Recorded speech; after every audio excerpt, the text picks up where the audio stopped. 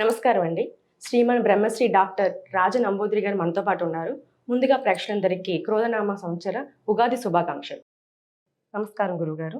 ముందుగా శ్రీ మహాగణపతి దేవతవ్యం చూసే వీక్షకులందరికీ నమస్కారం. గురువుగారు 12 రాశుల గురించి వివరంగా చెప్పబోతున్నారు. గురువుగారు కర్కాటక రాశి ఎలా ఉండబోతుందండి ఈ సంవత్సరం? ముందుగా శ్రీ మహాగణపతి దేవతభ్య నమః చూసే వీక్షకులందరికీ నమస్కారం. కర్కట రాశి వారికి చాలా అద్భుతమైనటువంటిది.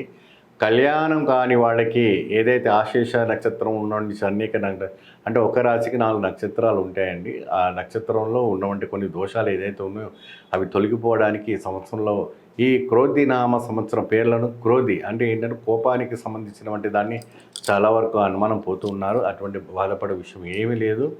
చాలా అద్భుతంగా అనుకూలమైనటువంటి ఒక వాతావరణం రావటం జరుగుతుంది. పాడి పంట బాగా ఉంటుంది. మనకు కరువు కాలము అంటే కొన్ని ఎలా ఉంటాయంటే స్టార్టింగ్లో కొద్దిగా కరువుగా ఉండటం అని జరుగుతుంది. తర్వాత వర్షం రావటం అన్నీ జరుగుతుంది. అది వేరే విషయము.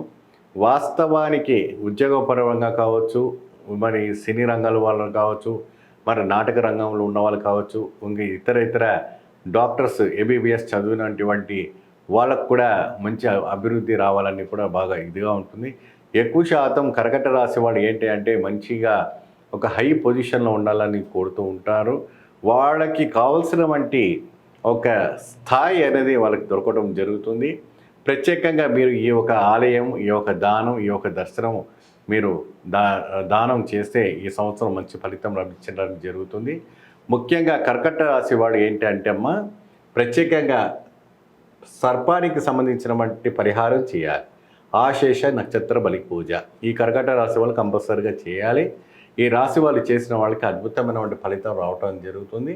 ప్రత్యేకంగా మీరు ఏదైనా కుక్కి సుబ్రహ్మణ్యేశ్వర స్వామి ఆలయం కావచ్చు, కాళహస్తి ఉన్నటువంటి శివాలయం కావచ్చు, ఏదైనా ఒక ఆలయానికి సంబంధించినటువంటి సర్పానికి సంబంధించినటువంటి ఆలయానికి వెళ్ళి నాగర్కోవిల్ కావచ్చు, అది కూడా చాలా విశేషంగా ఉంటుంది.